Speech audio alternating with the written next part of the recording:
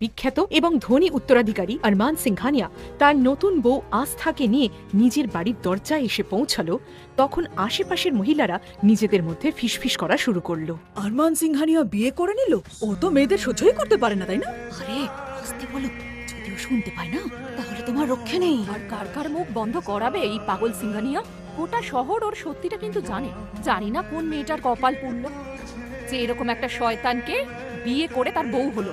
শুনতে পাচ্ছি আমি, কানে কালানো, সামনে আছি বলে যা খুশি তাই বলবে। তোমরা জানো তো আমি কে, আর আমি কি করতে পারি তা নিশ্চয়ই তোমরা জানো।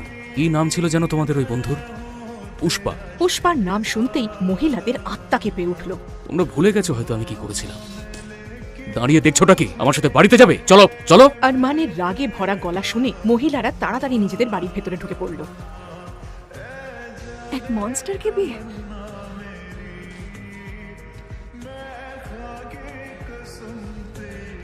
ওই মনস্টারকে বিয়ে করে ওর সন্তানের